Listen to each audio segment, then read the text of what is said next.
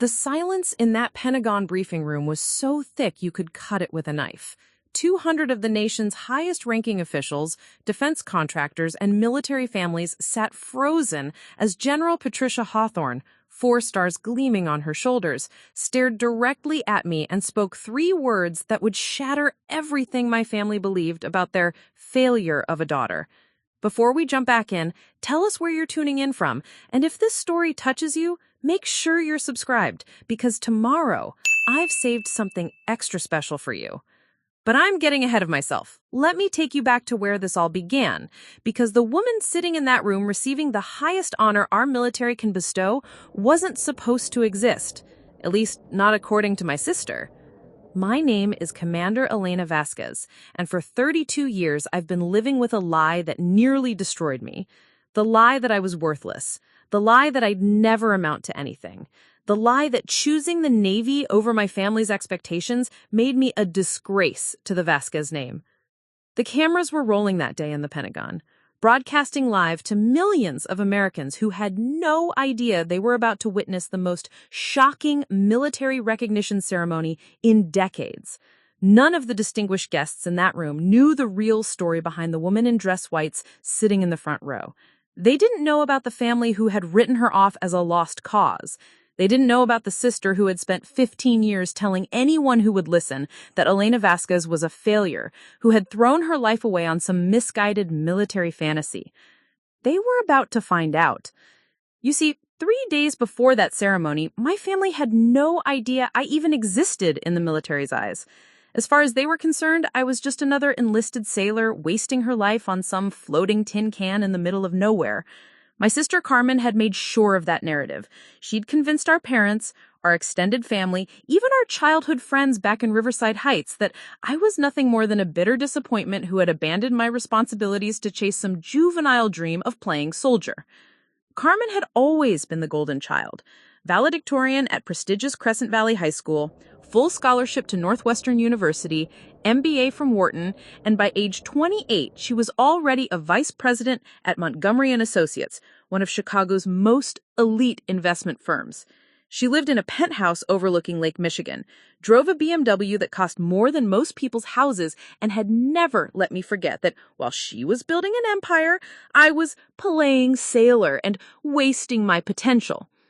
Every family gathering was the same routine. Carmen would arrive in her designer clothes and immediately launch into her latest professional victories while making subtle and sometimes not so subtle digs about my phase in the military. "Oh, Elena's still doing her Navy thing," she'd say with that condescending smile that made my blood boil. "We keep hoping she'll grow out of it and come back to the real world." Our parents, Maria and Roberto Vasquez, owned a small but successful chain of authentic Mexican restaurants throughout the Chicago area. They'd built their business from nothing, working 18-hour days to give their daughters opportunities they never had. In their minds, success meant college, a corporate career, and financial security. The military? That was something for kids who had no other options, not for their daughters who had been blessed with intelligence and opportunity. When I graduated high school with a 3.8 GPA and a full Navy ROTC scholarship to the University of California, San Diego, they were devastated. "Mija," my father had said, his voice breaking, "why do you want to throw your life away? Carmen is showing you the path to success. Why can't you follow it?" But I couldn't follow Carmen's path because it wasn't mine. While she dreamed of boardrooms and stock portfolios, I dreamed of command bridges and protecting American interests around the globe. While she saw dollar signs, I saw duty, honor, and the chance to be part of something bigger than myself. The day I left for the Naval Academy in Annapolis, Carmen called me aside. "You're making the biggest mistake of your life, Elena," she said, her voice cold and matter-of-fact. "And when you finally realize how badly you've screwed up, don't come crying to us. Some of us have real careers to build." That was 15 years ago. 15 years of Carmen telling everyone who would listen that her sister was a failure. 15 years of family gatherings where my accomplishments were dismissed as just military stuff, while Carmen's latest promotion or acquisition was celebrated like she'd cured cancer.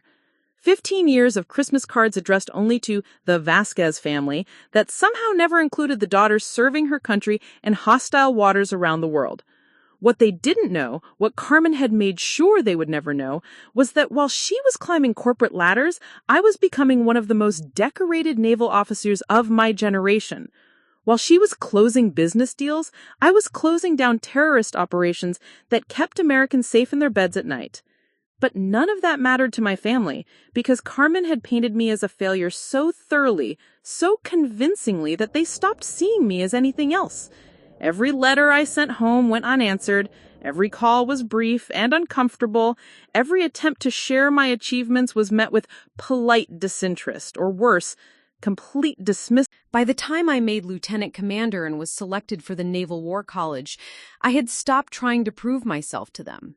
By the time I made commander and was given control of my own destroyer, I had accepted that some battles can't be won with family.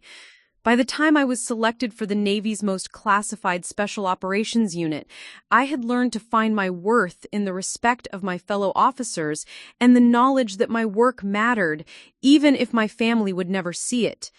But the universe, it seems, has a sense of justice that doesn't care about family politics or corporate success stories. And sometimes, just sometimes, the truth has a way of forcing itself into the light in the most spectacular way possible. That's how I found myself in that Pentagon briefing room, watching General Hawthorne prepare to speak words that would change everything. Words that would make my sister's condescending smiles disappear forever. Words that would finally show my family exactly who their failure daughter had become. 3 words that would freeze a room full of America's most powerful people and shatter 15 years of lies in an instant.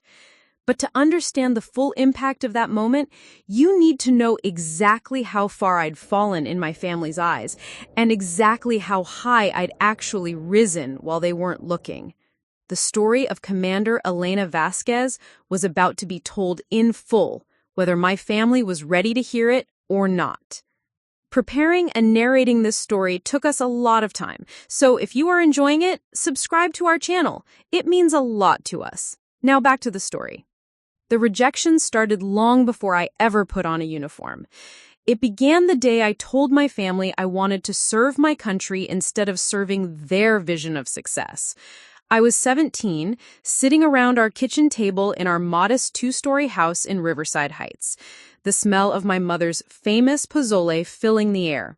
It was supposed to be a celebration dinner. I had just received my acceptance letter to Northwestern University with a partial academic scholarship. Carmen, who was already a junior there, had spent weeks planning how we'd room together, how she'd introduce me to all the right people, how I'd follow in her footsteps toward business success. "This is perfect, mija," my mother beamed, clutching the acceptance letter like it was made of gold. "You and Carmen will graduate together, and then you can both work for the same company. Imagine, both my daughters as executives!" My father nodded enthusiastically, his calloused hands still bearing the marks of another 16-hour day at the restaurant. "The Vasquez sisters will own Chicago's business district," he said with pride. "All our sacrifices will be worth it." Carmen leaned back in her chair, already looking like the successful businesswoman she would become. "I've already talked to my professors about you, Elena. I can get you into the fast-track business program. We'll graduate, get our MBAs together, and by the time we're 30, we'll be running our own firm." That's when I dropped the bomb that would fracture our family forever. "I'm not going to Northwestern," I said quietly, pulling the Navy ROTC scholarship letter from my backpack. "I'm going to UC San Diego. Full ride, plus a guaranteed commission as a naval officer." The silence that followed was deafening.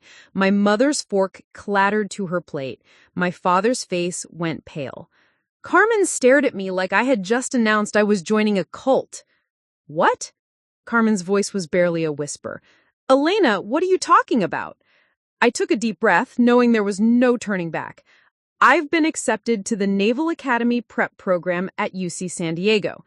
After graduation, I'll be commissioned as an ensign in the United States Navy. It's what I want to do with my life." "No," my mother's voice was sharp, final. "No, mija, this is not what we planned. This is not what we sacrificed for." "Mama, this is my choice." "Your choice?" Carmen interrupted, her voice rising. Elena, do you have any idea what you're throwing away? Northwestern is a top 10 business school.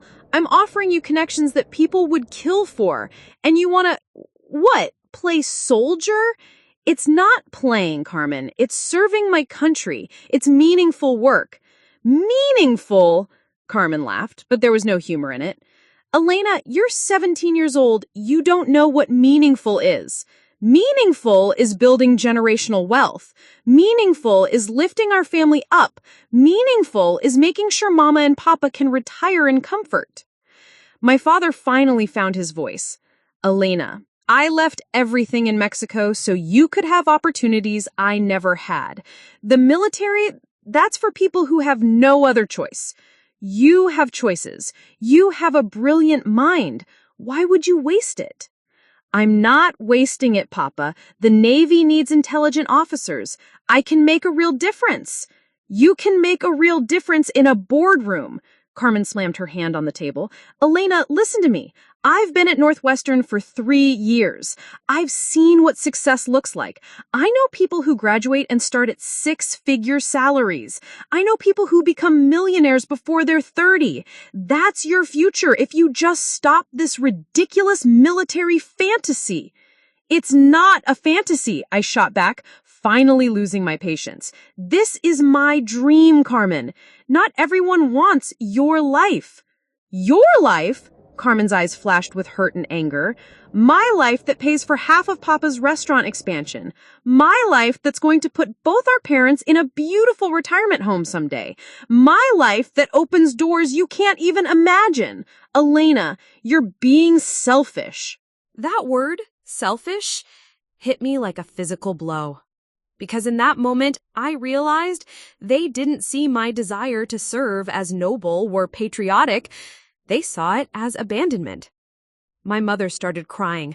Mija, please, the military is dangerous. What if something happens to you? What if you get hurt? What if you die? Mama, more people die in car accidents than in the military. And I won't be in combat. You don't know that, my father exploded. Elena, you watch the news. You see what happens to soldiers. They come back broken, if they come back at all. Is that what you want for yourself? Is that what you want for us? To worry every day that our daughter might not come home? Carmen leaned forward, her voice taking on that persuasive tone she would later perfect in boardrooms. Elena, look, I get it. You want adventure. You want to do something important. But you can do important things in business, too. You can run companies that employ thousands of people. You can create innovations that change the world. And you can do it safely, profitably, and close to family. This isn't about adventure, Carmen. This is about service. This is about duty. Duty? Carmen interrupted. Your duty is to your family. Your duty is to not throw away opportunities that millions of people would kill for. Your duty is to think beyond your teenage fantasies and consider the real world. The argument went on for hours. My parents pleaded, Carmen alternated between bribes and threats, and I sat there watching my family's respect for me crumble in real time. By the end of the night, positions had hardened into battle lines that would define our relationships for the next 15 years. Fine, said Carmen finally, her voice cold and controlled. You want to throw your life away? Go ahead.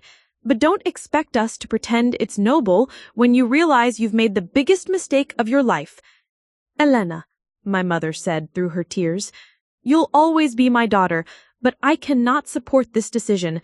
I cannot watch you destroy your future. My father just shook his head sadly. When you grow up and realize what you've lost, Mija, I hope it's not too late to fix it. That night, I lay in bed staring at the ceiling, holding both letters, Northwestern and UC San Diego, in my hands. For a moment, I wavered. Maybe they were right. Maybe I was being foolish. Maybe Carmen's path really was better. But then I thought about the feeling I got when I watched naval ships cutting through the water on the Discovery Channel. I thought about the pride I felt when I read about naval officers leading rescue missions and humanitarian operations around the world. I thought about the sense of purpose that seemed to radiate from every military officer I had ever met. I thought about who I wanted to be, not who my family wanted me to be. The next morning, I mailed my acceptance letter to UC San Diego. Carmen didn't speak to me for 3 weeks. When she finally did, it was to say 5 words that would haunt me for years. "You're going to regret this." Little did I know, she was about to make sure of it. The first sign that Carmen's disapproval went deeper than mere disagreement came 3 months into my freshman year at UC San Diego. I was thriving in the ROTC program, maintaining a 3.9 GPA in aerospace engineering, and had just been selected as squad leader for my midshipman unit. I was proud, excited, and naive enough to think my family might start to see that I was actually succeeding. I called home on a Sunday evening, the way I had every week since arriving at college. Usually my mother would answer, we'd chat about my classes, she'd tell me about the restaurant, and then I'd talk to Papa for a few minutes before hanging up. Carmen was typically too busy with her own college life to join these calls, which honestly made them more pleasant for everyone. But this particular Sunday, Carmen answered the phone. "Elena?" she said. Her voice carried a strange tone I couldn't quite place. "Hold on, let me get Mama." Instead of the usual warm, "Mija, how are you?" I heard muffled conversation in the background. Spanish words I could barely make out, but the tone was unmistakably serious. After what felt like forever, my mother came on the line. "Elena, we need to talk." No greeting, no warmth. My stomach immediately dropped. "What's wrong, Mama? Is Papa okay? The restaurant?" "The restaurant is fine. Papa is fine. But we just had a very upsetting conversation with the Herrera family from church." Mrs. Herrera was one of my mother's closest friends, and her son Diego had been in my graduating class. He'd received a partial scholarship to DePaul University and was studying accounting, exactly the kind of safe, practical path my parents approved of. "Okay," I said carefully. "What did Mrs. Herrera say?" "She said that her comadre's daughter goes to Northwestern and she knows Carmen, and she heard Carmen talking about you at some student event." My blood went cold. "What did Carmen say?" There was a long pause before my mother continued. "Herrera said Carmen told people that your sister was troubled, that you had always been rebellious and difficult, and that joining the military was just your latest act of defiance. She said Carmen told them that we were embarrassed by your choices." Embarrassed? The word came out as barely a whisper. "Elena, is this true? Are you struggling? Are you acting out because you're angry with us?" I couldn't believe what I was hearing. "Mama, no! I'm doing amazing here. I just made squad leader. My grades are perfect. My commanders say I'm one of the top performers in the program." Carmen said you were probably exaggerating your achievements to make yourself feel better about throwing your life away. The betrayal hit me like a physical punch. While I had been excelling, working harder than I'd ever worked in my life, earning the respect of my peers and superiors, Carmen had been systematically destroying my reputation back home. She wasn't just disagreeing with my choice, she was actively undermining me. "Mama, I'm going to email you copies of my grade reports and my performance evaluations. You can see for yourself." "Elena, we don't need to see papers. We just want to know if you're okay. If you're having problems, you can come home. You can transfer to Northwestern in the spring. Carmen already checked. They would accept you." "I don't want to transfer. I'm exactly where I'm supposed to be." "Then why is Carmen saying these things about you?" That was the question that would haunt me for months. Why was my sister, who claimed to love me, telling lies about my mental state and my performance? Why was she painting me as troubled and rebellious when I was actually more focused and disciplined than I'd ever been in my life? After I hung up, I sat in my dorm room staring at the wall for hours. My roommate, Jessica Chen, a fellow midshipman from Seattle, found me there when she returned from the library. "Elena, you look like someone died. What's wrong?" I told her everything about Carmen's lies, about my parents' concerns, about the growing realization that my own sister was sabotaging me from hundreds of miles away. Jessica listened without interrupting, then sat down next to me on my narrow dorm bed. Elena, can I ask you something? How often do you talk to your family about specific things you're doing here? Every week. I tell them about my classes, my training, my achievements. And what do they say? I thought about it, really thought about it. They usually just say, "That's nice, mija," and change the subject to something about Carmen's internship or her grades or her latest award. So they're not really listening. I guess not. Jessica nodded slowly. And Carmen, when's the last time you talked to her directly? Not since I left for college. She said she was too busy to stay in touch with someone who was throwing her life away. But she's apparently not too busy to talk about you to her friends. That hit me like a revelation. Carmen wasn't ignoring me because she was busy or hurt. She was actively working to control the narrative about who I was and what I was doing. Every week, while I was calling home with updates that fell on deaf ears, she was telling her Northwestern friends, and through them the entire network of family friends back in Chicago, that I was a troubled failure who had joined the military out of rebellion rather than purpose. The next few weeks were torture. I threw myself into my studies and training with even more intensity, desperate to prove to myself, if not to my family, that I was on the right path. But every conversation with home became an interrogation disguised as concern. Are you eating enough, mija? Carmen says military training can cause eating disorders. Are you making friends? Carmen says the military attracts people with social problems. Are you sure you're happy? Carmen said you might be suffering from depression and not realize it. Every achievement I shared was met with worry instead of pride. When I told them I'd been selected for advanced navigation training, my mother asked if that meant I was having trouble with the regular coursework.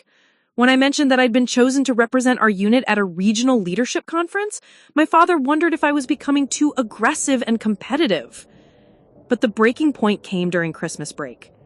I'd been looking forward to going home for 3 weeks, excited to show my family how much I'd grown, how confident and capable I'd become. I'd even prepared a presentation about my training, complete with photos and certificates, thinking that seeing the evidence of my success might finally change their minds. Carmen came home 2 days after I did, arriving in a rented BMW and carrying shopping bags from stores I'd never heard of. She looked polished, sophisticated, successful, everything my parents had dreamed their daughters would become. The contrast was immediate and deliberate. While I wore my Navy ROTC sweatshirt and jeans, Carmen wore a designer coat that probably cost more than my entire semester's worth of textbooks.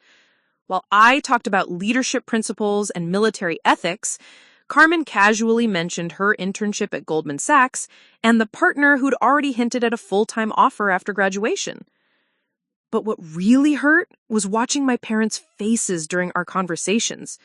When Carmen talked, they leaned in, asked follow-up questions, beamed with obvious pride.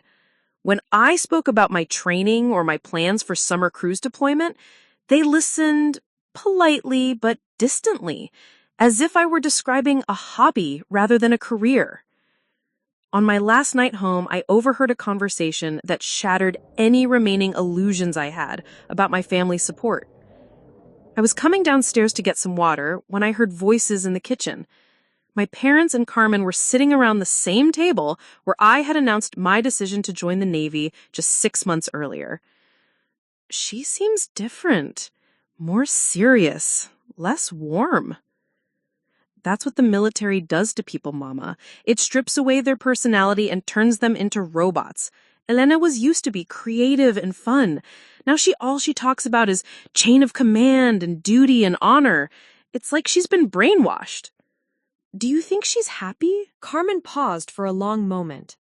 I think she's convinced herself she's happy because she can't admit she made a mistake. But look at her, Papa. She's lost weight, she doesn't laugh the way she used to, and she talks about her classmates like they're her real family now. That's not healthy. Maybe we should encourage her to transfer, my mother said quietly. It's not too late. She could still have a normal life.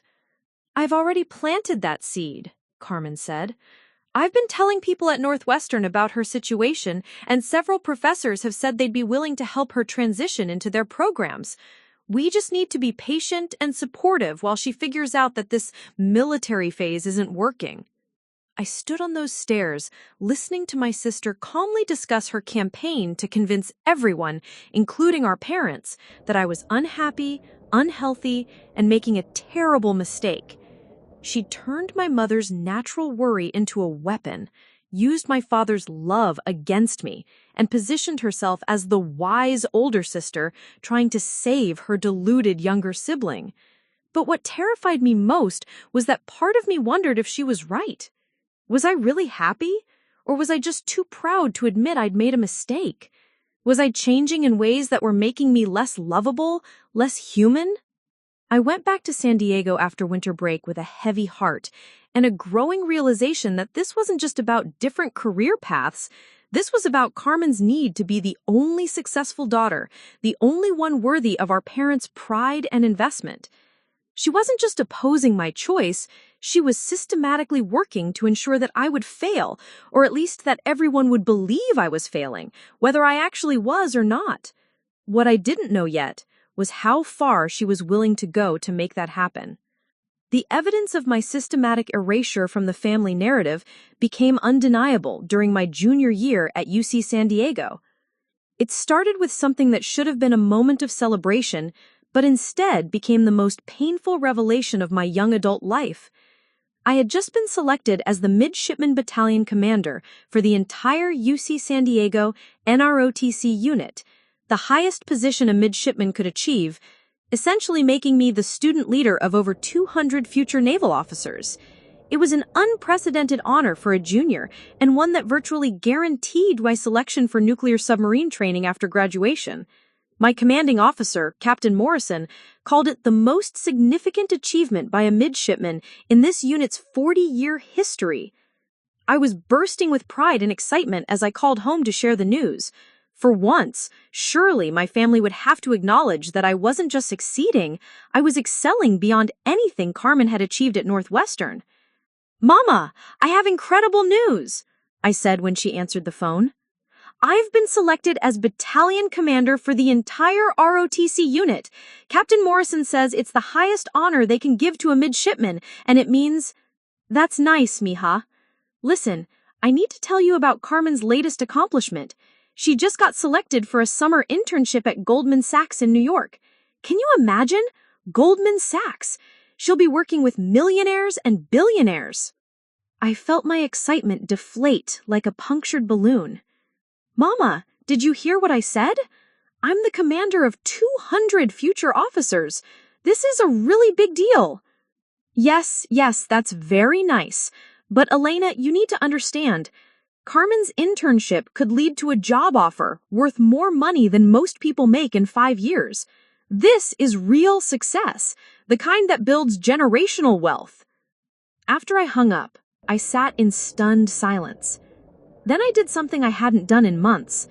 I called my cousin, Isabella, who was a sophomore at Northwestern.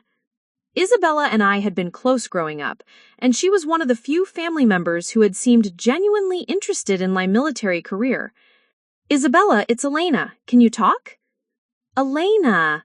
Oh my God, I've been meaning to call you forever. How's Navy school?" I told her about my promotion, and her reaction was everything I'd hoped for from my own parents. She was genuinely excited, asked detailed questions, and seemed to understand the significance of what I'd achieved. "Isabella, can I ask you something weird? How often does Carmen talk about me at Northwestern?" There was a long pause. "Elena, that's kind of a complicated question." "What do you mean?"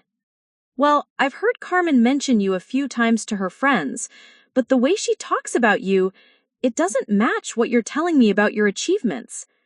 My stomach clenched. What does she say? Isabella hesitated.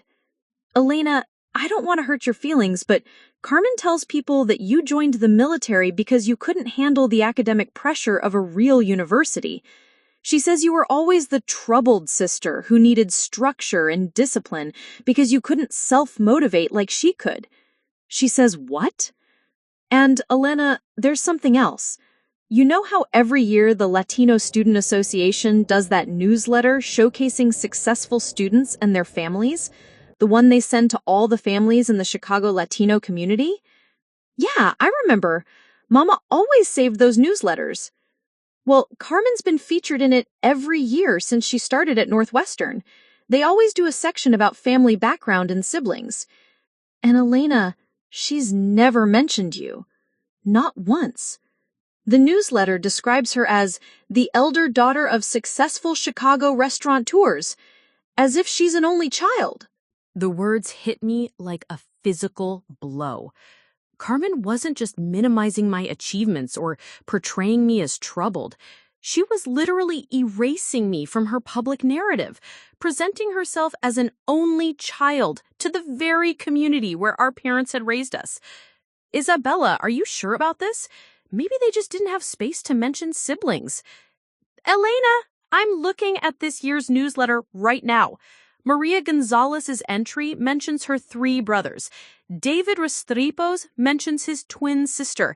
Everyone mentions their siblings, except Carmen.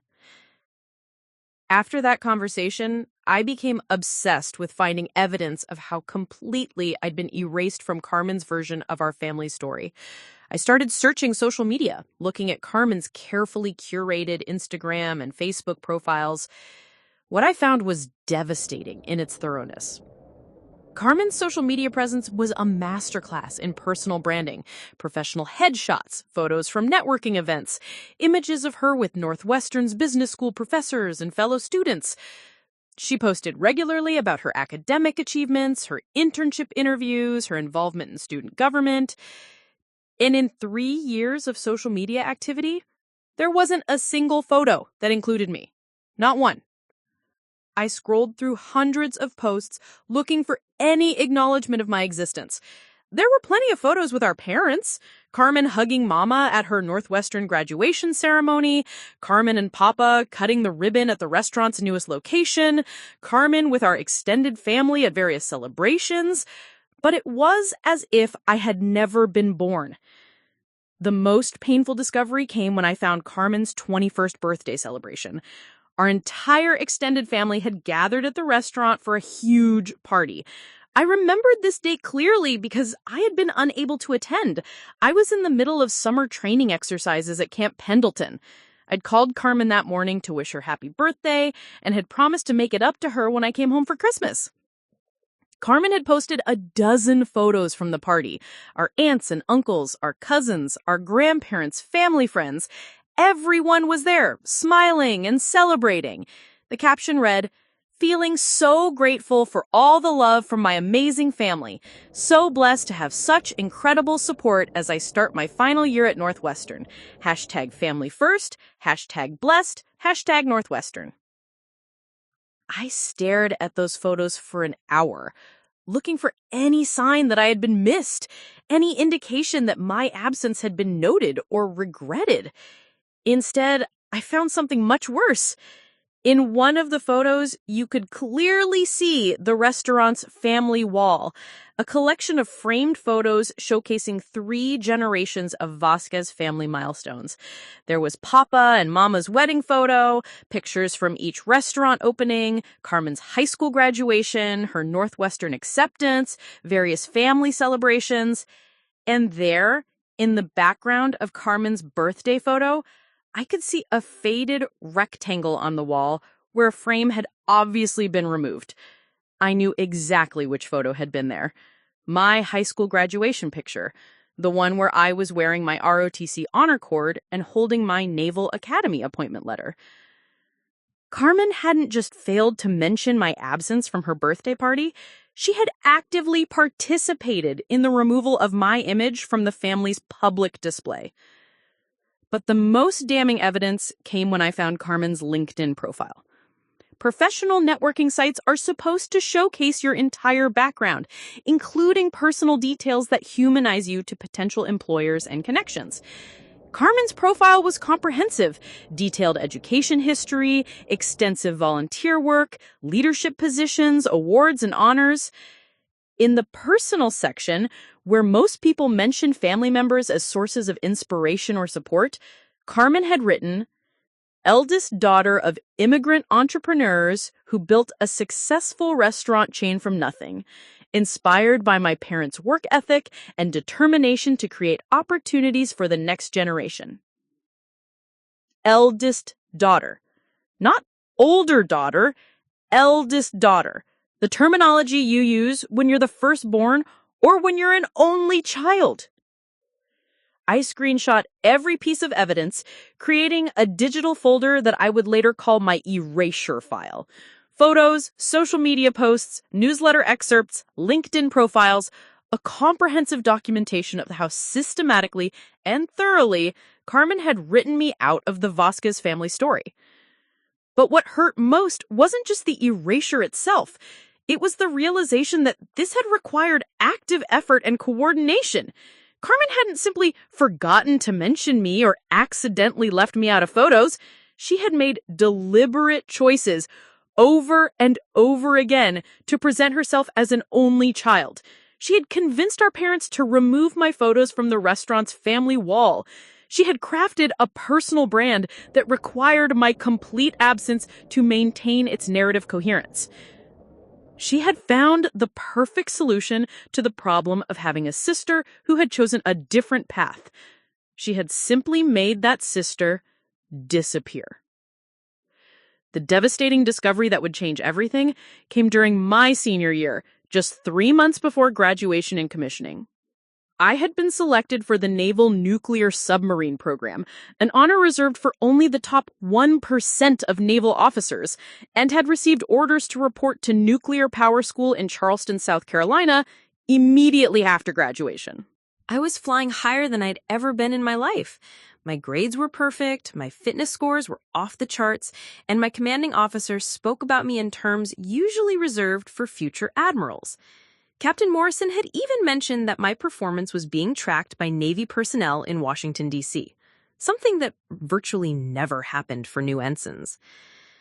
But despite all this success, I still harbored a deep hope that someday my family would recognize what I had accomplished. Maybe not celebrate it the way they celebrated Carmen's achievements, but at least acknowledge that I had made something meaningful of my life. That hope was about to be crushed in the most brutal way imaginable. It started with a phone call from my Aunt Rosa, my mother's younger sister who lived in Phoenix. Rosa had always been the rebel of the family. She'd moved away from Chicago at 18, married a man my grandparents didn't approve of, and built a successful career as a real estate agent in Arizona. She'd always seemed to understand my choice to forge my own path, even if she didn't fully grasp what military service entailed. Elena, mija, I need to ask you something, and I want you to tell me the truth. Her tone was serious in a way that immediately put me on alert. Of course, Tio Rosa. What is it? Are you in some kind of trouble? Are you safe where you are? What? Rosa, I'm fine. I'm graduating in 3 months as the top midshipman in my class. Why would you think I'm in trouble?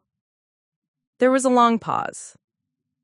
Elena, your mother called me last week. She was crying, saying she was worried sick about you. She said Carmen had done research and found articles about military training can cause psychological problems, especially for young women, and that sometimes people in the military become dangerous. My blood ran cold. Dangerous? Rosa, what exactly did my mother say?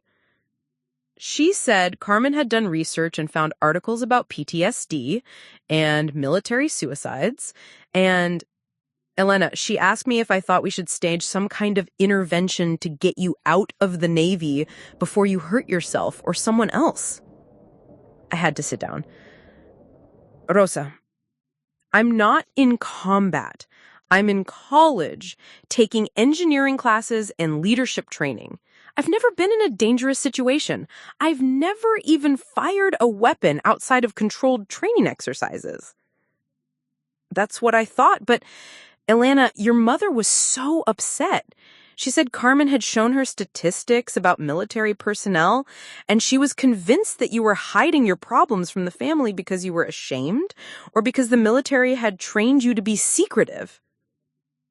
After I hung up with Rosa, I called my mother directly, something I rarely did anymore since our conversations had become so strained. Mama, I just talked with Rosa. She said you're worried I'm having psychological problems.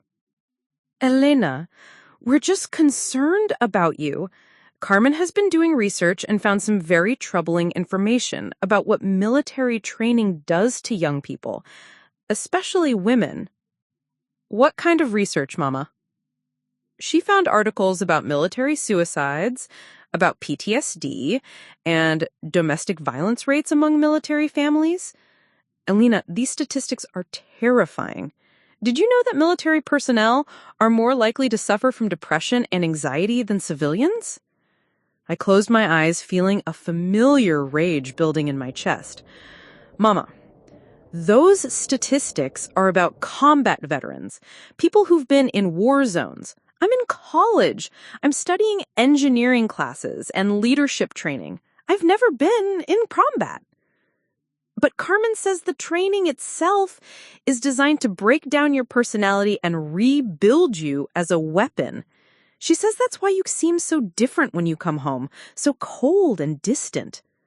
I seem distant because every time I try to share my achievements with you, you dismiss them and talk about Carmen instead. Elena, don't raise your voice at me. We're trying to help you. Help me with what? I'm succeeding beyond anything I ever imagined. I'm about to become a nuclear submarine officer. Do you have any idea how elite that is? Carmen says that's exactly the problem. She says you've become obsessed with military hierarchy and status because it's compensating for feelings of inadequacy and failure. I hung up the phone and immediately called Carmen directly, something I hadn't done in over 2 years. Elena? She sounded surprised to hear from me. Is everything okay? Elena? Why are you telling our parents that I'm psychologically damaged? Elena, I'm not saying you're damaged. I'm saying I'm concerned about the effects military training might be having on your mental health. It's well documented that just stop with the fake research and the psychological theories. Why are you doing this? There was a long pause before Carmen answered, and when she did, her voice had changed completely. Gone was the concerned older sister act. In its place was something cold and calculating. Elena, you want to know why? Because you're embarrassing our family. Because every time someone asks me about my sister, I have to explain why you chose to throw your life away playing soldier instead of building a real career. Because your choices reflect poorly on all of us. My choices. Carmen, I'm about to graduate at the top of my class from one of the most prestigious programs in the country. Prestigious according to who? Elena, nobody in the real world cares about military rankings or naval academies. You know what they care about? Money, success, the ability to contribute to your family's prosperity. And you've chosen a career that will keep you poor, isolated, and constantly at risk. That's not true, isn't it? Elena, when's the last time you brought home a boyfriend for the family to meet? When's the last time you talked about buying a house or starting a family or building wealth? You've turned yourself into a soldier robot, and it's affecting your ability to form normal human relationships. That's not...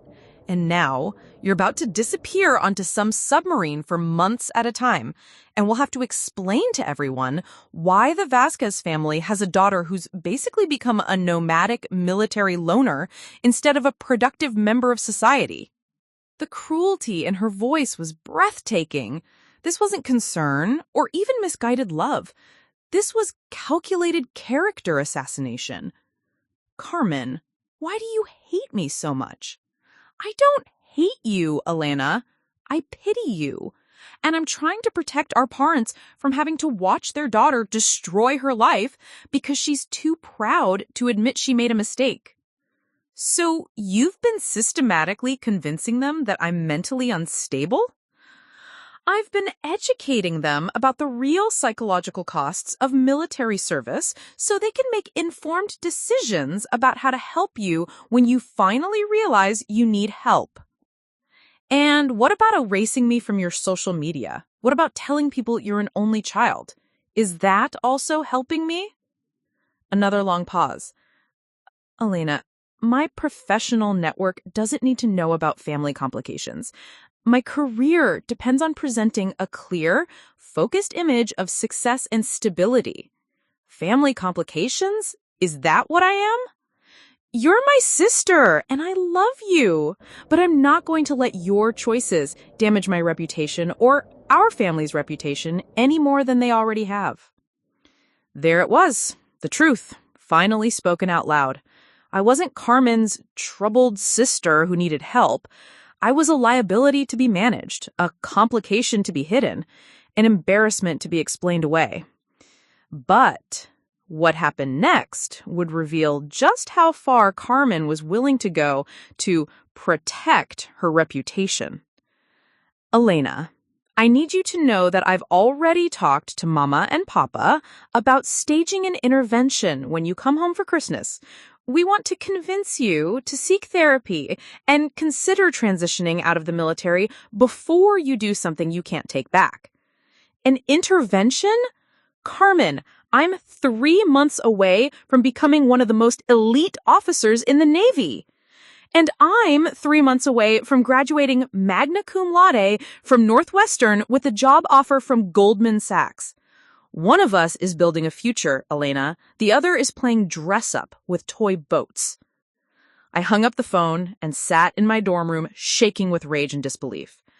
But what Carmen didn't know was that our entire conversation had been happening while my roommate Jessica was in the room pretending to study, but actually listening to every word. Elena, Jessica said quietly after I hung up, you need to document all of this. What your sister is doing? This isn't normal family concern. This is psychological manipulation on a massive scale. She was right.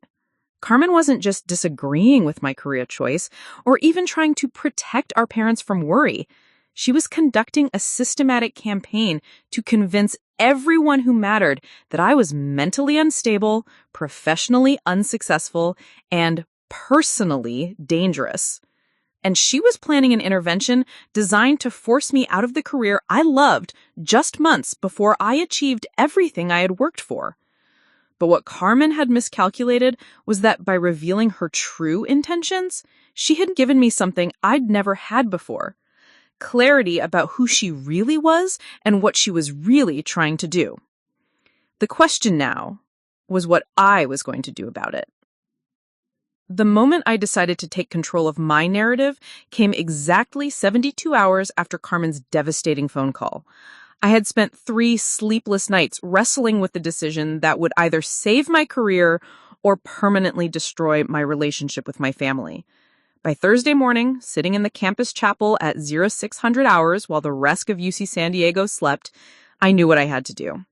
I was done being Carmen's victim. I was done allowing my family's disappointment to define my worth, and I was absolutely done letting anyone, sister, parents, or well-meaning relatives, sabotage my career I had built through 4 years of relentless dedication.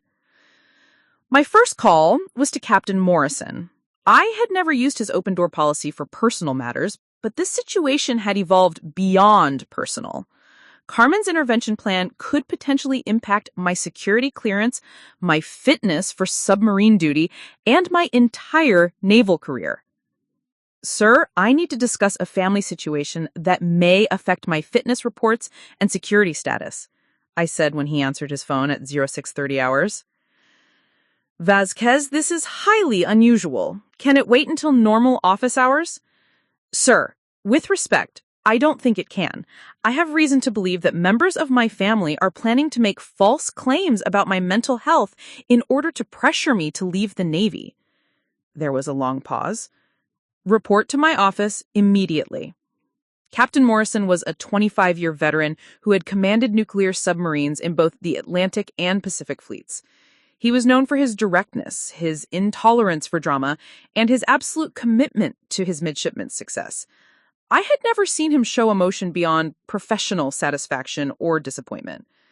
But as I laid out the evidence of Carmen's campaign, the false claims about my mental health, the systematic erasure from family narratives, and the planned intervention, I watched his expression change from professional concern to something much more personal.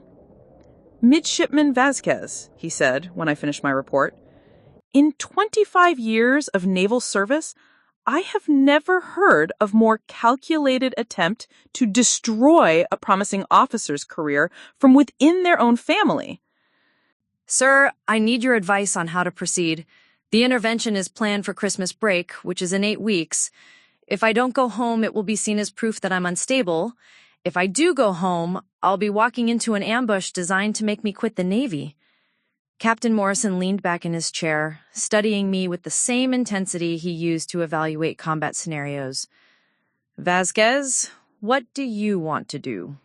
"Sir, I want to complete my commission and report to nuclear power school as ordered. But I also want to prevent my family from damaging my reputation or attempting to interfere with my naval career." "And what are you prepared to sacrifice to achieve that?" I had been dreading that question, but I already knew the answer. "Whatever it takes, sir." Captain Morrison nodded slowly. "Then here's what we're going to do. First, I'm documenting this entire situation in your personnel file, not as a negative mark, but as evidence of external pressure that could affect your performance evaluations. Second, I'm recommending you for early commissioning. Instead of graduating in May and reporting to Charleston in June, you'll graduate in December and report immediately after New Year's." "Sir, is that possible?" "Vasquez, you've completed all your academic requirements and exceeded all fitness standards. The only thing keeping you here until May is tradition. I'm waiving tradition in favor of protecting one of the finest officers I've ever trained. The early commissioning would mean missing Christmas with my family entirely, but it would also mean Carmen's intervention would happen after I was already an active duty naval officer, making any attempt to force me out of the military legally impossible." But Captain Morrison wasn't finished. "Third, and this is the part you may not like, I'm recommending that you authorize me to contact your parents directly to clarify the nature of your service and achievements." "Sir, I don't think that will help. They've been convinced that Midshipman Vasquez, your parents, are not the enemy here. They're concerned parents who have been fed false information by someone they trust. Sometimes the most effective way to counter misinformation is with authoritative truth." The idea of Captain Morrison calling my parents was terrifying. What if Carmen was right? What if they really did see my military service as a failure, regardless of my achievements? But then I thought about the alternative, allowing Carmen to continue her psychological warfare until she either forced me out of the Navy or destroyed my relationship with my parents entirely. "Sir, you have my permission to contact my parents." "Good. Now, there's one more thing. I'm scheduling you for a comprehensive psychological evaluation with the base psychiatrist." My heart sank. "Sir, do you think I need?" "Vasquez, I think you're one of the most mentally stable and emotionally resilient midshipmen I've ever encountered. But when your family attempts their intervention, they're going to claim you're psychologically unfit for duty. I want official documentation proving the opposite." 3 days later, I sat across from Dr. Rebecca Martinez, the Navy's chief psychiatrist at UC San Diego. Dr. Martinez was a former Navy officer herself who specialized in military psychology and fitness evaluations. "Elena, Captain Morrison has briefed me on your situation. I want you to know that this evaluation is not punitive. It's protective. Your commanding officer is building a legal and medical firewall around your career. The evaluation lasted 4 hours and covered everything from my childhood experiences to my current stress levels, from my family relationships to my professional goals. Dr. Martinez was thorough, compassionate, and absolutely professional. When we finished, she sat back and smiled. Elena, I'm going to ask you a direct question, and I want a direct answer. Do you want to be in the Navy? More than I ever wanted in my life. And do you believe your family's concerns about your mental health are legitimate? No, ma'am. I believe my sister has deliberately fed them false information to sabotage my career because she sees my success as competition for my parents' pride and attention. Dr. Martinez nodded. That's consistent with everything I've observed today. Elena, you're not only psychologically fit for naval service, you're exceptionally well-suited for submarine duty. Your ability to maintain emotional equilibrium under pressure, your strong sense of personal identity, and your commitment to your values despite external opposition are exactly the qualities we look for in nuclear submarine officers. So you'll clear me for duty? I'm going to do better than that. I'm writing a recommendation for accelerated clearance processing and noting in your file that you demonstrate exceptional resilience in the face of family pressure designed to undermine your career goals. 1 week later, Captain Morrison called me into his office again. This time, he was smiling. Vasquez, I just finished a very interesting conversation with your parents. My stomach clenched. How did that go, sir? Your mother cried. Your father asked me to repeat your achievements 3 times. And they both asked why no one had ever explained to them what you were actually accomplishing. They didn't know? Vasquez, your parents thought battalion commander meant you were in charge of campus security. They thought nuclear submarine program meant you were going to work in a submarine factory. They had no frame of reference for understanding that their daughter had achieved something extraordinary. I felt tears forming in my eyes.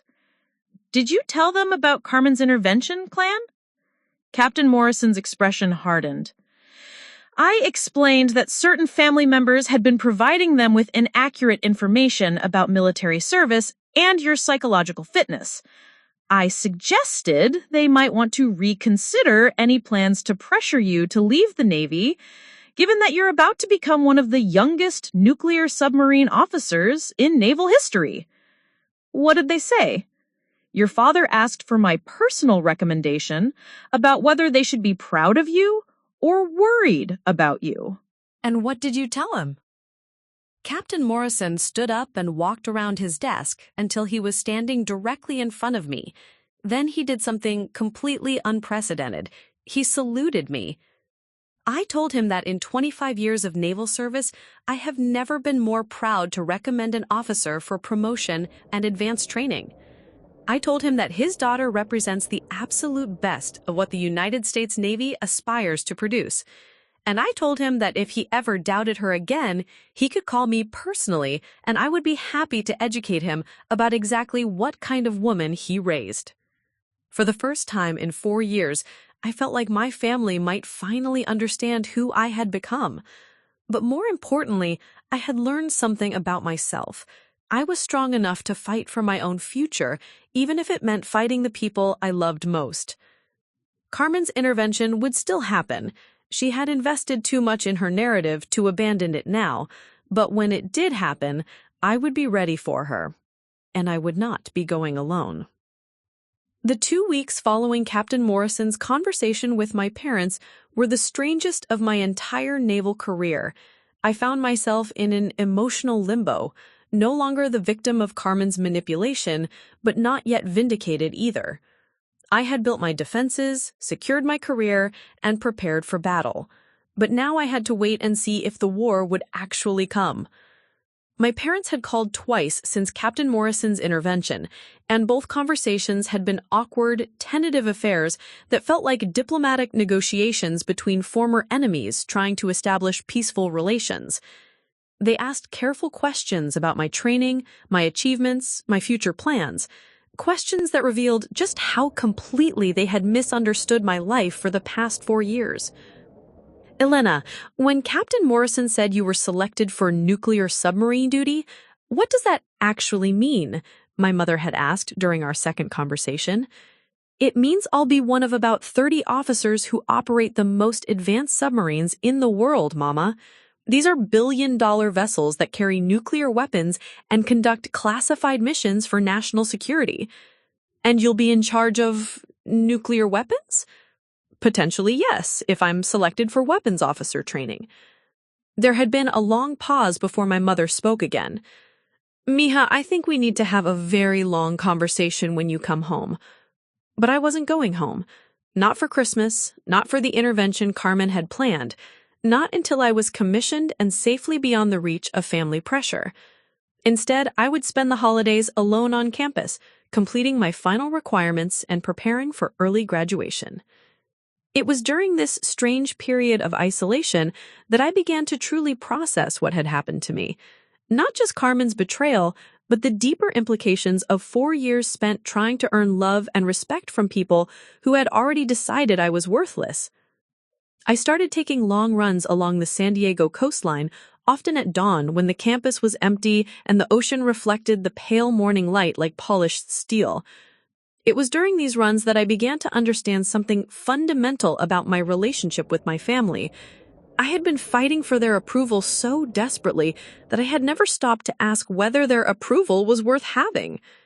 Carmen's campaign against me hadn't just been cruel, it had been effective because I had given her the power to define my worth in our parents' eyes.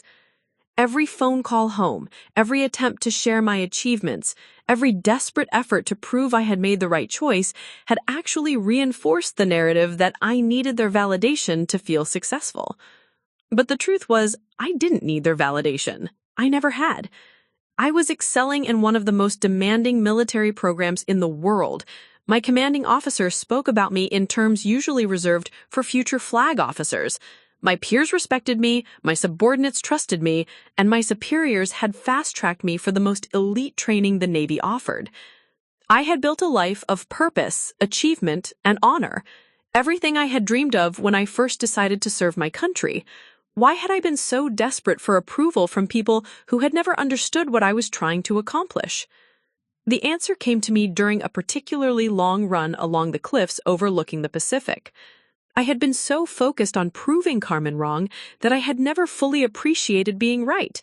I had been so consumed with defending my choices that I had never simply enjoyed the fruits of those choices. That evening, I did something I hadn't done since freshman year. I wrote in a journal, not the official logs and reports that filled my military life, but a personal reflection on who I had become and who I wanted to be. Today, I realize that I have been living my life in response to other people's expectations instead of in pursuit of my own values. Carmen's disapproval has shaped my behavior almost as much as her approval might have. I have spent 4 years trying to prove her wrong instead of simply being right. The writing process was revelatory. Page after page, I documented not just Carmen's betrayal, but my own complicity in giving her the power to hurt me. I had treated family approval as a prerequisite for personal satisfaction, when in reality, personal satisfaction should have been the foundation for everything else. I wrote about the moments when I had felt truly alive and proud, leading my midshipment unit through a complex training exercise, solving a challenging nuclear engineering problem, being selected for advanced leadership roles. In every one of those moments, my family's opinion had been irrelevant. I had succeeded because I was competent, dedicated, and passionate about my work, not because anyone back home was cheering me on. I also wrote about the cost of Carmen's campaign, not just to me, but to our entire family. Her need to be the sole source of parental pride had robbed our parents of the joy they could have felt in having 2 successful daughters. Her insistence on portraying me as troubled and unstable had denied them the peace of mind that comes from knowing both their children were thriving. Carmen's manipulation hadn't just hurt me, it had impoverished all of us. But perhaps most importantly, I wrote about forgiveness. Not forgiveness for Carmen, who had shown no remorse and would likely continue her campaign until forced to stop, but forgiveness for myself. I forgave myself for needing their approval so desperately. I forgave myself for allowing Carmen's lies to create doubt about my own choices.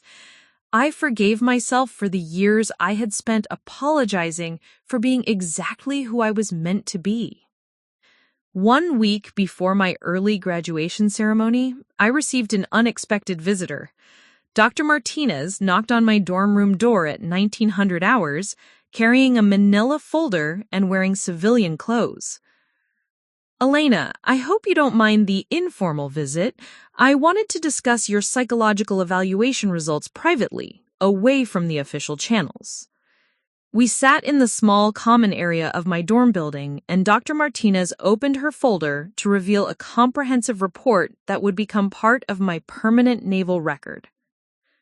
"Elena, I've been conducting military psychological evaluations for 12 years. I've assessed hundreds of officers for submarine duty, special operations, and classified assignments. Your psychological profile is remarkable." "In what way, ma'am?" "You demonstrate what we call authentic resilience, the ability to maintain your core identity and values despite sustained external pressure to change or conform. Most people either break under the kind of psychological pressure you've experienced, or they adapt by becoming someone they're not. You've done neither." She pulled out a specific page from the report. "Look at these scores. Emotional stability, 98th percentile. Stress tolerance, 96th percentile. Identity coherence, 99th percentile. Elena, these numbers indicate someone who knows exactly who they are and refuses to compromise that identity, regardless of external circumstances." "Is that unusual, ma'am?" "It's extraordinary. Most submarine officers score high on emotional stability and stress tolerance. We select for those traits. But identity coherence at your level is almost unheard of in someone your age. Usually that kind of psychological stability takes decades to develop." Dr. Martinez closed the folder and looked at me directly. "Elena, I want you to understand something important. Your family's inability to recognize your achievements isn't a reflection of your worth. It's a reflection of their limitations. Carmen's need to undermine you isn't about your failures, it's about her insecurities." "I'm starting to understand that, ma'am." "Good, because you're about to enter a career phase where external validation will be rare and criticism will be frequent. Submarine officers make decisions in isolation, often with incomplete information and enormous consequences. The psychological strength you've developed through this family situation will serve you well in those circumstances." That night, I sat alone in my dorm room, looking out at the lights of San Diego and thinking about the journey that had brought me to this moment.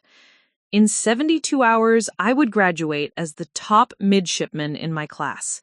In 10 days, I would report to nuclear power school as one of the youngest officers ever selected for submarine duty. In 6 months, I would be serving aboard one of the most advanced naval vessels ever built. Carmen's intervention would happen without me. She would gather our parents, our relatives, maybe even family friends, and present her case for why I needed to be rescued from my military delusion. She would share her carefully curated research about military psychology, her concerns about my emotional state, her fears for my future. But I wouldn't be there to defend myself, because I no longer needed to defend myself. The Elena who had desperately sought family approval was gone, replaced by someone who had learned to find validation in achievement, purpose in service, and strength in solitude. For the first time in 4 years, I was genuinely excited about my future. Not because my family might finally approve of it, but because it belonged entirely to me. The incomplete gesture that would reveal just how conditional my family's newfound understanding really was came 3 days before my early graduation ceremony. I was in my dorm room, pressing my dress white uniform for the commissioning ceremony, when my phone rang. The caller ID showed my father's number, which was unusual. He rarely called directly anymore, preferring to let my mother handle family communications. "Elena? Mija, it's Papa." His voice sounded different somehow, uncertain, almost nervous. "Hey, Papa, is everything okay?" Yes, everything is fine. Listen, your mother and I have been talking since Captain Morrison called us. We want to come to your graduation." I nearly dropped the phone. In 4 years of military training, my parents had never attended a single ceremony, never visited the campus, never shown any interest in witnessing my achievements firsthand. "You want to come to San Diego?" "Yes, we want to see you graduate. We want to understand what you've been doing all this time. Captain Morrison, he made us realize that maybe we haven't been paying attention the way we should have." I felt a surge of emotions, hope, excitement, cautious optimism. Maybe Captain Morrison's intervention had worked better than I dared to imagine. Maybe my parents were finally ready to see who I had become. "Papa, that would mean everything to me.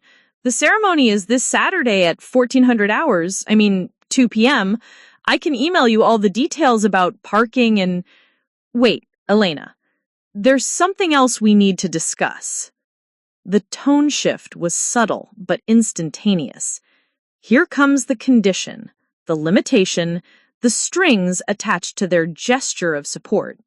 Carmen wants to come too. My blood ran cold. Carmen wants to come to my graduation? She says she's been wrong about your military service. She says she wants to apologize and support you. She's even taking time off from her new job at Goldman Sachs to fly out here. I sat down heavily on my narrow dorm bed, my mind racing. Carmen didn't do anything without calculating the benefit to herself. If she wanted to attend my graduation, it wasn't to support me. It was to control the narrative around my success. Papa, what exactly did Carmen say about being wrong? She said that after talking to Captain Morrison, she realized she had been giving us bad information about military service. She said she was trying to protect you, but she understands now that you're actually doing very well. Trying to protect me? Even her apology was a lie designed to cast her manipulation as misguided love rather than calculated sabotage. And you believe her? There was a pause. Elena, she's your sister. Family is family. Whatever mistakes she made them because she loves you. Papa, Carmen has spent 4 years convincing you that I'm mentally unstable and professionally unsuccessful. She's erased me from her public life and told everyone we know that I'm a failure. Now, suddenly, she wants to come to my graduation and support me? Mija, maybe you're being too harsh. People can change their minds when they get new information. I realized then that my parents still didn't fully understand what Carmen had done. Captain Morrison had explained my achievements and corrected their misconceptions about military service, but he hadn't detailed the systematic psychological campaign Carmen had waged against me. In my parents' minds, this was still just a family disagreement that could be resolved with good intentions and forced reconciliation. Papa, can I ask you something? Did Carmen ever suggest that you and Mama should stage an intervention to get me out of the Navy? Another pause, longer this time. Elena, Carmen was worried about you. She thought maybe you needed help adjusting. That's not what I asked. Did she specifically suggest an intervention? She mentioned that sometimes families need to step in when someone they love is making destructive choices. And did she plan to organize this intervention for Christmas break? Elena, why are you asking these questions? Carmen is trying to make things right. I closed my eyes, feeling the familiar frustration of trying to explain Carmen's manipulation to people who didn't want to see it. Papa, Carmen isn't trying to make things right. She's trying to control how my success is perceived and presented. What do you mean? Think about it. For 4 years, Carmen convinced you that my military service was a mistake and that I was struggling. Now I'm about to be commissioned as a nuclear submarine officer, one of the highest honors in the Navy. If Carmen doesn't publicly support me now, everyone will know she was wrong about me. But if she shows up at my graduation and acts like the supportive sister, she can claim she always believed in me. Elena, you're being paranoid. Carmen loves you.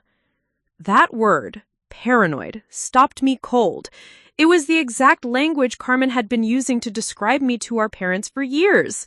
Even now, even after Captain Morrison's intervention, my father was still using Carmen's vocabulary to dismiss my concerns.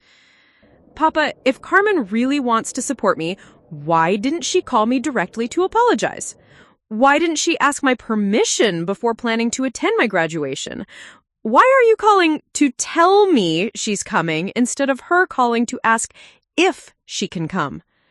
Elena, she wanted to surprise you. She thought you'd be happy. No, Papa, she wanted to avoid giving me the chance to say no. She wanted to present her attendance as a fait accompli, so I couldn't refuse without looking ungrateful. I could hear my father's breathing on the other end of the line, and I knew he was struggling with the possibility that his older daughter, the one he understood, the ones whose success made sense to him, might not be the person he thought she was. Elena, what do you want us to do? Cancel the trip?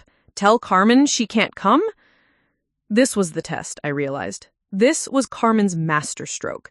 She had positioned herself as the generous sister, offering reconciliation, putting me in the impossible position of either accepting her presence at my triumph or looking like the bitter, unforgiving sibling who couldn't let go of old grievances. Papa, can I make a suggestion? Come to my graduation. I want you and Mama there more than anything, but ask Carmen to wait. Tell her that this ceremony is important to me, and I need to focus on the moment without the distraction of family drama. Tell her we can plan a separate celebration where we can talk privately and work through our issues. Elena, that seems complicated. Carmen has already arranged time off work, and she's excited about supporting you. She's excited about being seen supporting me. That's different. I could hear my mother's voice in the background, asking what I was saying. My father covered the phone for a moment, and I heard muffled Spanish conversation that I couldn't make out. When he came back on the line, his voice had changed again, less uncertain, more decided. Elena, your mother and I have discussed it. We think it would be good for the family if Carmen comes. This is a chance for healing, for moving forward together. And if I don't want her there, then we'll be disappointed. But we'll respect your wishes. But Elena, we hope you'll think about forgiveness. Carmen is trying to do the right thing. There it was, the conditional support I should have expected. They would respect my wishes, but they would be disappointed if I exercised them. They would attend my graduation, but only if I allowed it to become a showcase for family reconciliation rather than a celebration of my individual achievement. I need some time to think about it, Papa. Of course, mija. But, Elena, remember, family is forever. Careers end, but family is what remains. After he hung up, I sat in my dorm room, holding my dress-white uniform and feeling the weight of Carmen's latest manipulation. She had found a way to insert herself into my moment of triumph while positioning herself as the generous sister offering forgiveness rather than the manipulator seeking rehabilitation. And she had done it by using my parents' genuine desire to understand and support me as leverage to force my compliance. The worst part was that it might work, because despite everything Carmen had done, despite all the lies and erasure and psychological warfare, part of me still desperately wanted my family to be proud of me. Part of me was willing to share my graduation with the person who had tried to destroy it, if that's what it took to have my parents there. Carmen understood that weakness, and she was exploiting it perfectly. But this time, I had something Carmen didn't know about. Allies who understood exactly what she was trying to do, and a plan to ensure that if she wanted to attend my graduation, she would do so on my terms, not hers. The systemic revelation that would expose just how far Carmen's influence had spread came from the most unexpected source. My cousin Isabella's boyfriend, Marcus Chen, a computer science major at Northwestern, who had never met me but knew far more about my supposed failures than he should have. It was Jessica, my roommate, who made the connection that would unravel everything. 2 days after my father's call about graduation, Jessica was video chatting with her boyfriend David, who was finishing his senior year at Northwestern. During their conversation, David mentioned meeting someone at a campus networking event who claimed to have a sister in the military. "Wait," Jessica interrupted their call, gesturing for me to come over to her laptop. "David, what was this person's name?" "Carmen Vasquez. Really impressive girl. Goldman Sachs offer, magna cum laude, student government, but she was talking about her sister who apparently joined the Navy because she couldn't handle civilian life. Said it was really hard on their family." Jessica looked at me with wide eyes. "David, can you put Marcus on? The guy who was with you at that event?" 5 minutes later, Marcus Chen's face appeared on Jessica's laptop screen, and what he told us made my blood run cold. "Oh yeah, I remember that conversation. Carmen Vasquez was really passionate about military mental health issues. She was trying to recruit people for some kind of awareness campaign about the psychological dangers of military service for young women." "What kind of awareness campaign?" I asked, leaning into the camera. "She said she was organizing a presentation for the Latino Student Association about how military recruiters target vulnerable students from immigrant families and how families need to recognize the warning signs when their children are being manipulated into making destructive career choices." Jessica and I exchanged glances. "Marcus, when was this?" "About 6 weeks ago. She had this whole packet of research, statistics about military suicide rates, articles about PTSD, case studies about female veterans struggling with reintegration. She said her sister was a perfect example of how military training could damage someone's ability to form healthy relationships and maintain family connections." I felt sick. While I had been preparing for early graduation and nuclear submarine training, Carmen had been conducting a public campaign at Northwestern, using me as a cautionary tale to promote her twisted version of military mental health awareness. "Did she get people to join this campaign?" Jessica asked. "Oh yeah, like 15 or 20 students signed up. She was really persuasive, said her family was planning an intervention over Christmas to get her sister the help she needed, and she wanted to educate other Latino families about recognizing similar situations." The room started spinning. Carmen hadn't just been manipulating her parents, she had been recruiting college students to support her narrative, building a network of people who would validate her claims about my supposed psychological problems. "Marcus," I said, trying to keep my voice steady, "did Carmen mention her sister's name or any specific details about her military service?" "She didn't use names, but she talked about how her sister had been a high achiever in high school, but couldn't handle the transition to college, so she joined the Navy as an escape mechanism. She said the military had convinced her sister that she was special and important, but really they were just exploiting her need for validation." Jessica grabbed my hand under the desk. Every detail Marcus recounted was a distorted version of my actual story, twisted to support Carmen's narrative that I was psychologically damaged and professionally unsuccessful. "She had also said," Marcus continued, "that her sister had become obsessed with military hierarchy and had started viewing her family as inferior because they weren't in the military. She made it sound really sad, like this girl had been completely brainwashed." After we ended the video call, Jessica and I sat in stunned silence. Finally, Jessica spoke. "Elena, this is beyond family manipulation. Carmen has created an entire academic platform to justify her campaign against you. But that was only the beginning. Once we knew what to look for, the evidence of Carmen's systematic campaign became impossible to ignore. Jessica helped me create fake social media accounts so we could investigate without Carmen knowing. What we found was a network of influence that stretched far beyond Northwestern's campus. Carmen had written guest blog posts for military family support websites, presenting herself as a concerned sister dealing with a family member's military-related psychological issues. She had participated in online forums for families of military personnel, sharing her story and seeking advice from other families dealing with similar situations. Most devastatingly, she had connected with actual military families who were struggling with real issues, PTSD, deployment stress, reintegration challenges, and had positioned herself as someone who understood their pain because she was watching her own sister suffer from military-induced psychological damage. "Look at this," Jessica said, pointing to a forum post Carmen had made 3 months earlier. "She's giving advice to a mother whose son is struggling with depression after deployment. She's telling this woman that military training itself causes mental health problems and that families need to intervene before it's too late." Carmen was literally using real families' pain to validate her fictional narrative about me, while potentially damaging their relationships with their actually struggling military children. But the most shocking discovery came when Jessica found Carmen's LinkedIn connections.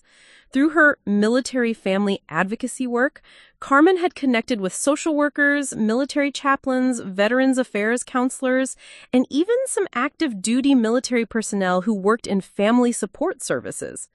"Elena, look at this recommendation someone wrote for Carmen," Jessica said, her voice barely above a whisper. The recommendation was from Dr. Sarah Hoffman, a licensed clinical social worker who specialized in military family therapy. It read, "Carmen Vasquez is a passionate advocate for military families struggling with the psychological effects of service.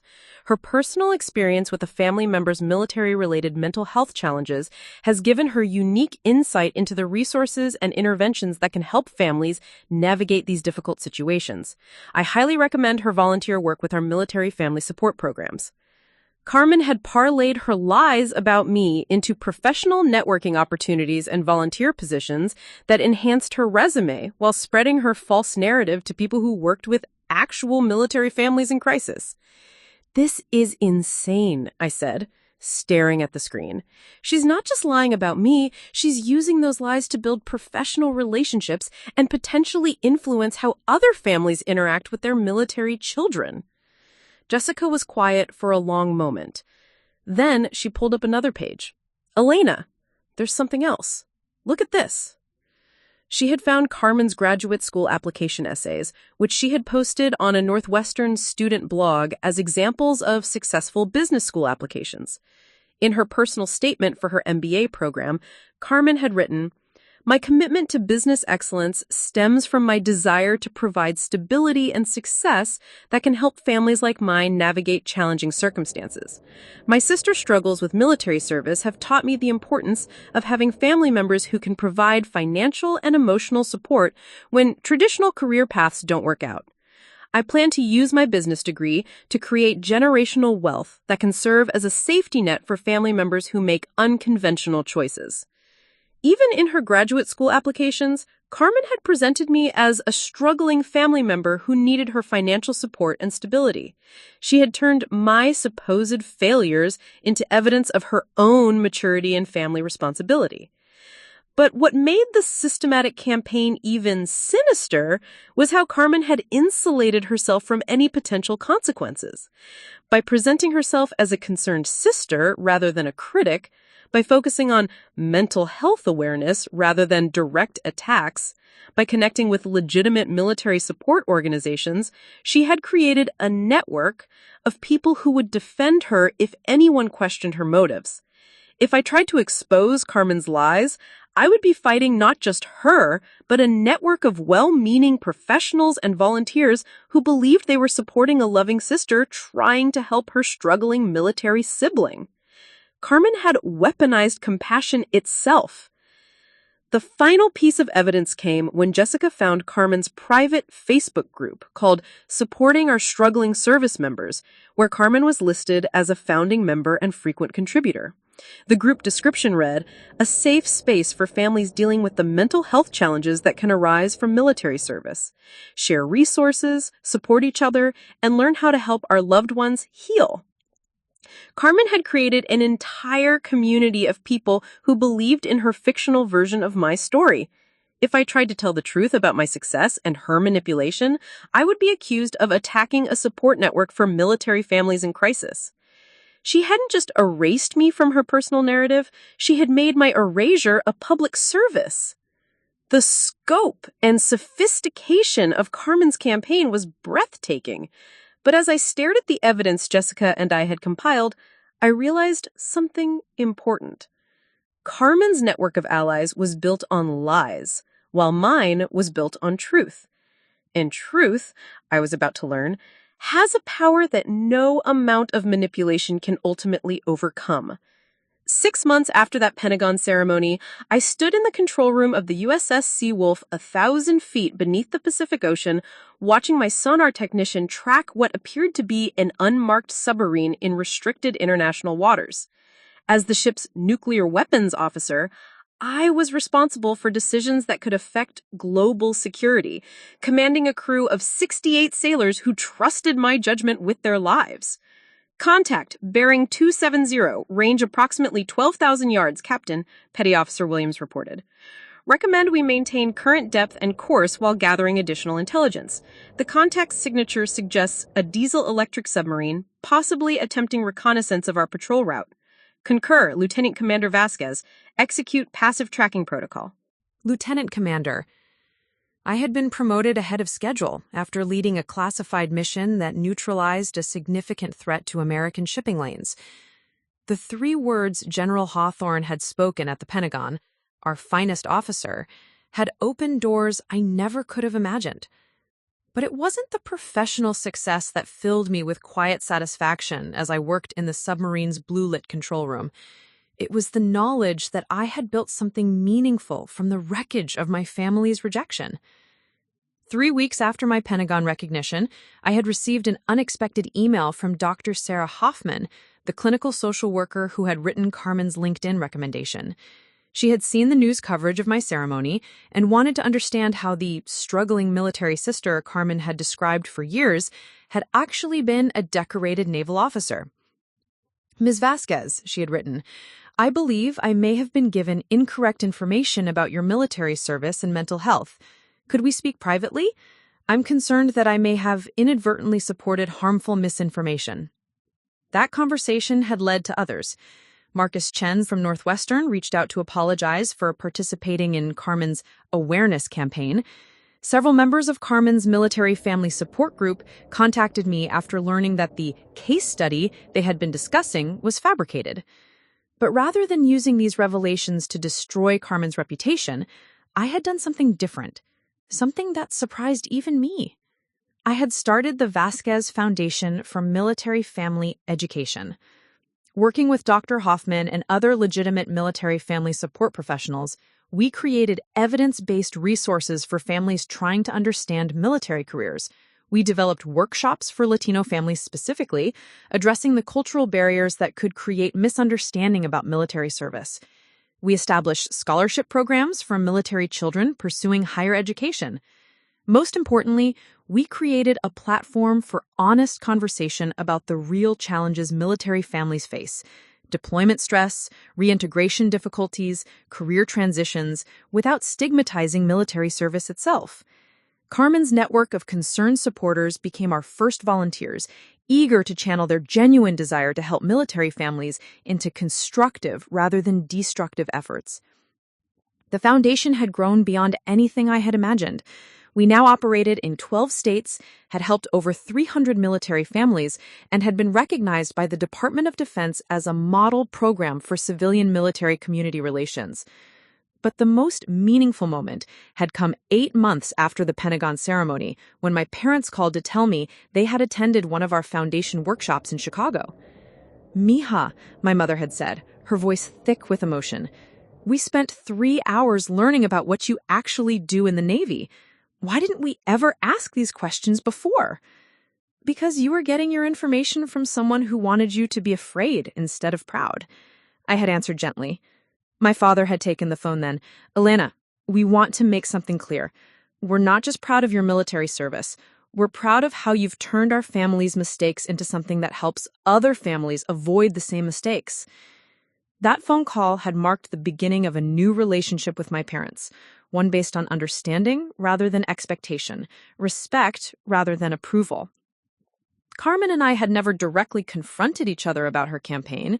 She had quietly withdrawn from her military family advocacy work after the Pentagon ceremony, and her social media presence had shifted to focus exclusively on her Goldman Sachs career. We spoke twice a year now. Brief, cordial conversations on birthdays and holidays that acknowledged our relationship without pretending our history didn't exist. But 6 weeks ago, something had happened that changed everything. Carmen had called me directly, not through our parents, not through holiday obligation, but because she needed something from me. "Elena, I have a favor to ask, and I'll understand if you say no." "What is it, Carmen?" "Goldman Sachs is launching a veterans hiring initiative, and they want someone with military expertise to consult on the program design. Your name came up in our research as someone who understands both military culture and family dynamics." I had been quiet for a long moment, processing the irony. "Carmen, are you asking me to help your company recruit the same military personnel you spent 4 years claiming were psychologically damaged?" "Elena, I was wrong about a lot of things.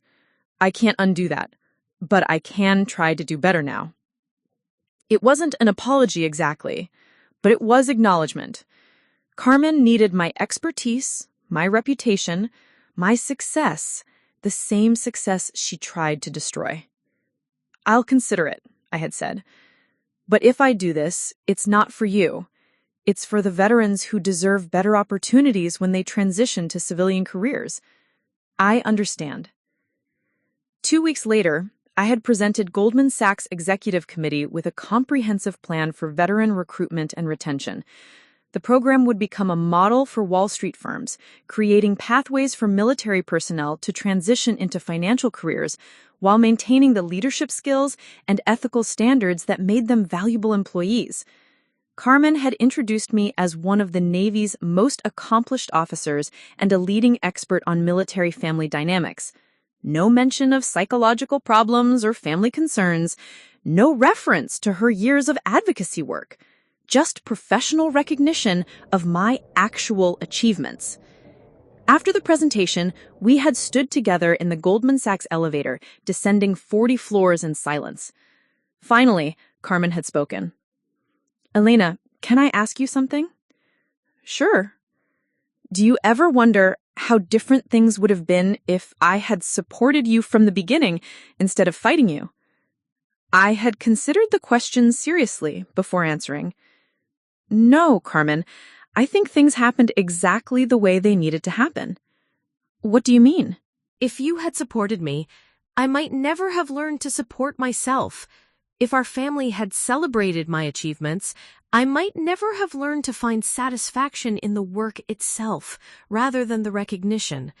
If I hadn't experienced systematic psychological pressure, I might never have developed the resilience that makes me effective in submarine command. The elevator had reached the ground floor, but neither of us moved to get off. "Carmen, you tried to destroy my career because you couldn't bear the thought of sharing our parents' pride. But what you actually did was force me to build something stronger than pride. You forced me to build purpose." Now, 6 months later, as I stood in that submarine control room making decisions that could affect international relations, I understood that Carmen's betrayal had been the most valuable gift she could have given me. Not because I forgave her. Forgiveness was irrelevant. Not because our family was healed. Some fractures leave scars that never disappear. But because her systematic attempt to make me doubt myself had instead taught me to trust myself completely. "Lieutenant Commander, contact has changed bearing to 295 and appears to be departing the area," Petty Officer Williams reported. Very well. Continue monitoring until contact is beyond sensor range, I responded. Captain, recommend we resume normal patrol operations. Agreed. Well done, Vasquez. As I returned to my station, I thought about the letter I had received that morning from a young Latina woman in Texas, whose family was struggling to understand her decision to join the Marines. She had found our foundation through an internet search and wanted advice on how to help her parents see military service as honor rather than abandonment. I would write her back tonight, during my off-duty hours, sharing what I had learned. That sometimes, the people who love you most will be the least capable of understanding your dreams, and that's okay. Your dreams don't require their understanding to be valid. Carmen had tried to erase me from the Vasquez family story.